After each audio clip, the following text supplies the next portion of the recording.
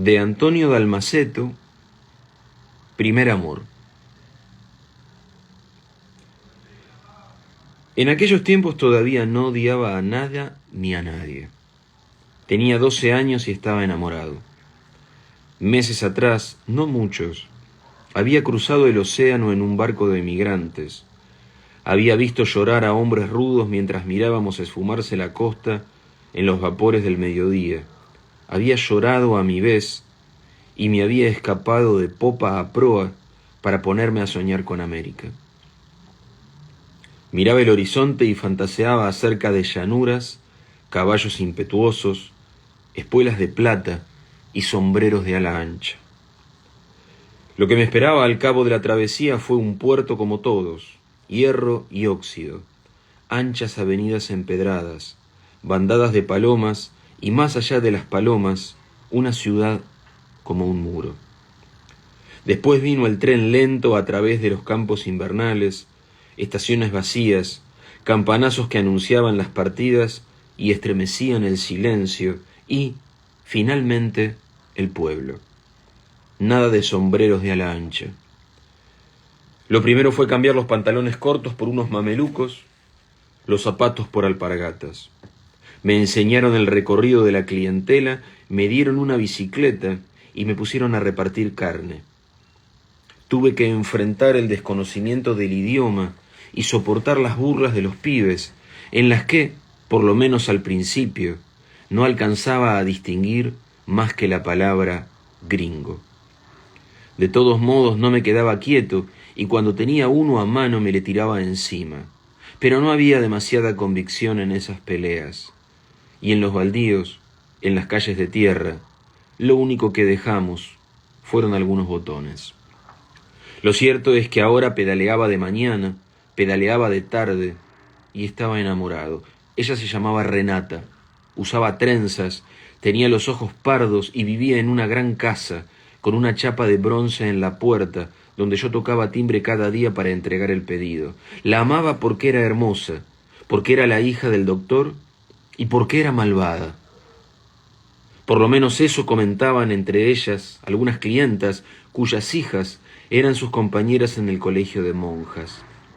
Nunca me pregunté qué clase de perversidades pudieron haberle ganado ese calificativo. Pero en esos meses, para mí, la maldad se convirtió en un atributo de la perfección.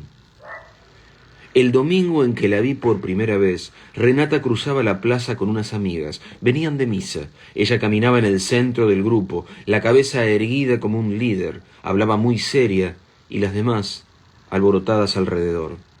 Vaya a saber lo que sentí realmente, pero quedé turbado y esa noche tardé en dormirme. De algún modo debí intuir que con aquel encuentro se abría una etapa nueva.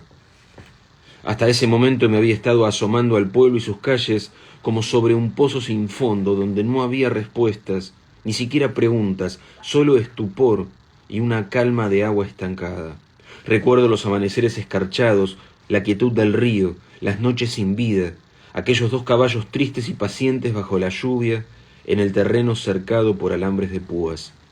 Vivía como aletargado por todo eso, sumergido en un asombro quieto y distante. No sabía si algo en mí estaba exigiendo un cambio. Era un adolescente inquieto, pero la prueba a la que estaba sometido casi no me permitía rebeldías. No pedía aceptación ni rechazo, simplemente me rodeaba con su abandono. Me enquistaba y me anulaba. Después de encontrarme con Renata en los días siguientes, cuando averigüé que vivía en aquella casa y me puse a soñar con ella, aprendí, entre otras cosas, que había en mí una capacidad de sufrimiento hasta entonces insospechada, y me lo repetía a cada rato. Sufro, estoy sufriendo, nunca sanaré de este dolor. Estaba realmente convencido, pero también era cierto, y seguramente solo lo supe años más tarde, que todo ese desgarramiento no me debilitaba, al contrario, comenzaba a teñir de colores reconocibles y familiares esos días vacíos. A medida que aceptaba ese mundo como mío, percibía que se iba desintegrando la rigidez que me separaba de todo, la esperanza que cada mañana respiraba en el aire frío, el sobresalto renovado cada vez que veía a Renata salir del colegio entre sus compañeras. Un delantal blanco siguió representando para mí durante mucho tiempo el símbolo del amor y la aristocracia pueblerina. Eran cosas reales que me devolvían una identidad. De ese modo, sin saberlo ella, la presencia de Renata iba introduciendo cierto orden en mi desconcierto. Me hundía en la impotencia, pero también me salvaba del desarraigo. Seguramente, por lo menos al principio, ni siquiera debió darse cuenta de mi existencia, y aún más tarde, después de aquel encuentro en el jardín, es probable que no haya vuelto a fijarse ni a acordarse de mí. Sin embargo, desde esas distancias, ella me marcaba una dirección. Yo me sometía, sufría y me sentía vivo. Y así, aquellas calles se llenaron de actividad, de cálculos, de horarios, de estrategias. Siempre estaba yéndome o llegando, partía en mi bicicleta con cualquier excusa, me ofrecía para todos los mandados, pasaba por su casa, por la de alguna amiga, por la iglesia, por el club, por cada sitio donde suponía que podía estar. Corría permanentemente, pero en realidad era ella la dueña del movimiento. Se desplazaba y yo respondía girando a su alrededor, a una cuadra de distancia, a 5, a 10, como si estuviese atado con un hilo, ensayando vastos rodeos, encarando finalmente por una calle donde ella venía avanzando para cruzarla de frente y pasar a un par de metros, pedaleando fuerte, la mayoría de las veces sin atreverme siquiera a mirarla. Llevaba en el bolsillo una libreta en la que anotaba: martes 17, la vi. Miércoles 18, la vi. Jueves 19, la vi 2 veces. Viernes 20, la vi. Me parece que me miró. Estamos leyendo de Antonio Dalmaceto, Primer amor. Una mañana toqué el timbre y salió ella a atenderme. Había delirado con esa ocasión, pero no supe qué hacer y todos mis planes se diluyeron. Me quedé mirándola, inmovilizado, con mis mamelucos color ladrillo y mis alpargatas deshilachadas. «Traigo la carne», murmuré, con un tono y una torpeza que me hicieron sentir avergonzado. No se dignó tomar el paquete, se hizo a un lado y me señaló una puerta. «Déjalo ahí, sobre la mesa». Obedecí. Cuando ya me iba, oí que me decía: «Esperá». Me detuve. «¿Por qué siempre me andás mirando?», preguntó. Sentí que me temblaban las rodillas y aparté la vista. Me dije que no habría oportunidad como esa y me esforcé por construir una respuesta en un castellano decente, pero cuando la tuve lista, ya era tarde. «Vení», dijo Renata. La seguí. Recorrimos el pasillo y salimos, por la puerta del fondo, al jardín que tantas veces había vislumbrado desde la calle. Aquello era como entrar en un mundo prohibido. Renata me guió entre una doble hilera de naranjos hasta la pared que separaba el terreno de la casa vecina. «¿Sabés qué es?», preguntó señalando con el dedo. «Un rosal», contesté. «Eso es lo que parece», dijo. Calló y advertí que era más alta que yo. De todos modos, la incomodidad del comienzo había ido desapareciendo. Renata se acercó más al rosal y me contó una historia. Mi bisabuela se llamaba Renata, igual que yo. Era una mujer bellísima. Mi bisabuelo viajaba y la dejaba mucho tiempo sola. Se enamoró de un sobrino, 15 años menor que ella, un muchacho, pero él la rechazó. Entonces lo mató y lo enterró acá, junto al muro. A la semana notó que en este lugar había nacido un rosal. Tomó una tijera y lo cortó, pero el rosal volvió a crecer.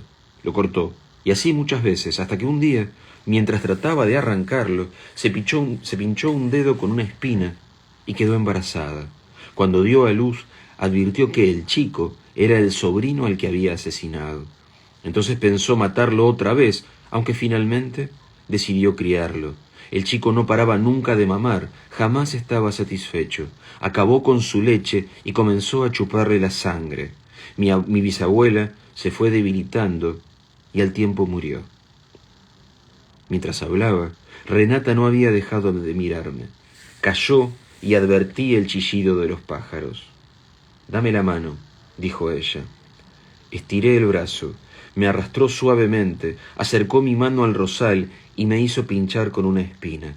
Soporté sin chistar, sin moverme. retuvo mi dedo para ver brotar la sangre. Entonces busqué en sus ojos el placer perverso del que había oído hablar, pero lo que vi fue gravedad y, me pareció, un velo de tristeza. Ahora, sentenció, vas a quedar embarazado, como mi bisabuela. Me soltó. Un golpe de viento trajo el olor de la primavera próxima. Sentí que ese jardín no se encontraba en el pueblo, sino en otra parte, y que tal vez nunca volviese a salir de él. Estaba deslumbrado y feliz, como si aquel mundo me hubiese pertenecido desde siempre. Sentí que estaba dentro de una ceremonia y que en mí se disolvían durezas y entorpecimientos. Por un momento pude pensar que entre Renata y yo no había diferencias, que éramos iguales, y lo seguiríamos siendo. Ella volvió a hablar. Andate, dijo. Pero no había prepotencia en su voz, ni siquiera una orden, sino la manifestación simple y clara de algo que debía ser hecho. Crucé el jardín, salí a la vereda y caminé hasta doblar la esquina. Apoyé la bicicleta contra un árbol, saqué mi libreta, la abrí y aplasté la gota de sangre sobre una hoja en blanco. Volví a guardarla en el bolsillo de la camisa contra el corazón. Después me llevé el dedo a los labios y lo mantuve ahí.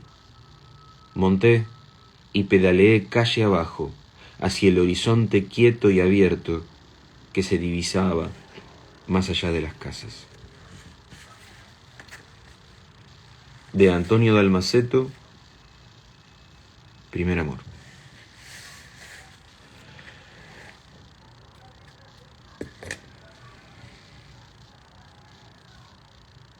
A mí me encantó.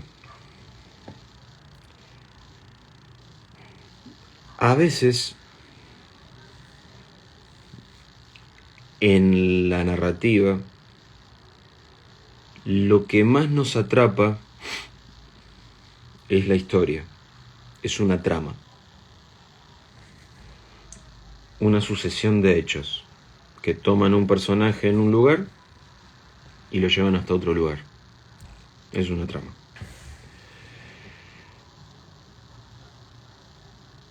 Y otras veces, lo que te atrapa de una narrativa es la belleza formal con la que algo está dicho, con la que algo está contado. A mí, al menos, saben que cada cual piensa lo que quiere de lo que lee.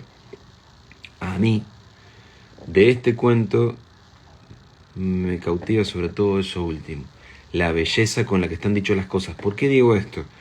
Porque si vos analizás la trama, está bien, es un chico recién emigrado que vive en un pueblo, reparte carne en bicicleta, se enamora de una chica de la aristocracia del pueblo porque es la hija del doctor. La sigue, la mira, anota en su diario los días que la ve y finalmente tiene un encuentro con ella. Si fuéramos por una narrativa clásica, tendría que pasar en ese encuentro algo decisorio en relación a lo que viene pasando, que es el pibe se enamoró de la chica. Sin embargo, Dalmaceto, con mucha maestría, resuelve una no resolución, en el sentido de que la chica le cuenta una historia a él sobre su bisabuela, le hace pinchar un dedo y le dice ahora vas a quedar embarazado vos. Y sobre el final del cuento, independientemente de lo que le contó la chica y de lo que significó o no ese encuentro con esa chica, él se lleva la gota de sangre que le salió al pincharse con el rosal y la pone en una hoja de su libreta y se besa el dedo que tocó la chica. Y se va en la bici.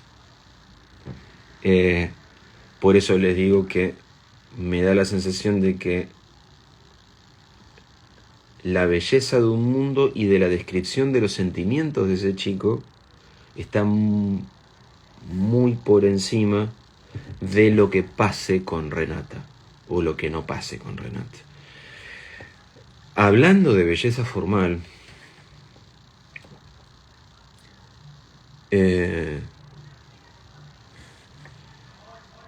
miren esta oración.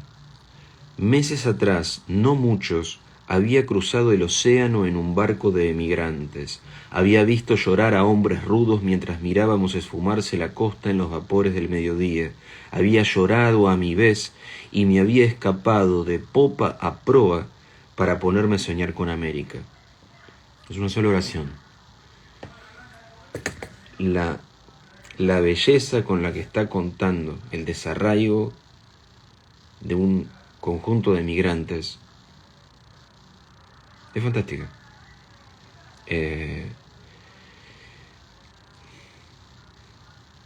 No sé si se puede aprender a escribir así, pero qué lindo que es leer a la gente que escribe así.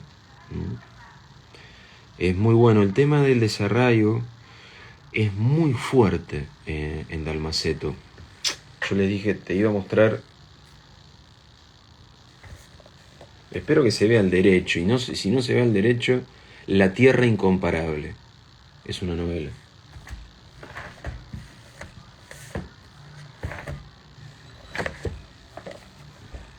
Oscuramente fuerte es la vida.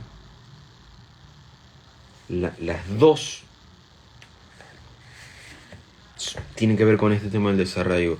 Dalmaceto vino a la Argentina, creo que tenía como 12 años, cuando emigró de Italia para acá, en el 50 creo que fue. Es decir, lo hizo en un momento que ya tenía mucha conciencia de quién era y de qué mundo abandonaba y a qué mundo llegaba, y da la sensación de que este narrador tiene mucho que ver con él. El narrador del cuento, digo.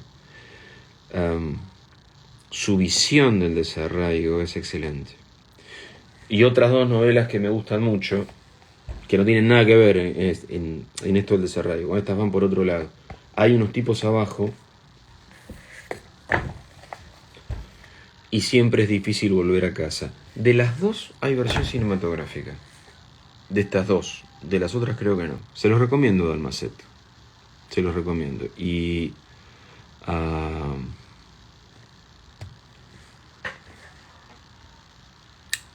tiene una hermosa manera de escribir. Una hermosa forma, que ahí está lo que les decía. A veces es la trama, a veces es la forma, a veces son las dos cosas. Este cuento a mí me gusta sobre todo por la forma. Me parece exquisito. Murió no hace tanto, murió hace algunos, debe haber hará 5 o 6 años que murió Dalmaceto, más o menos, creo.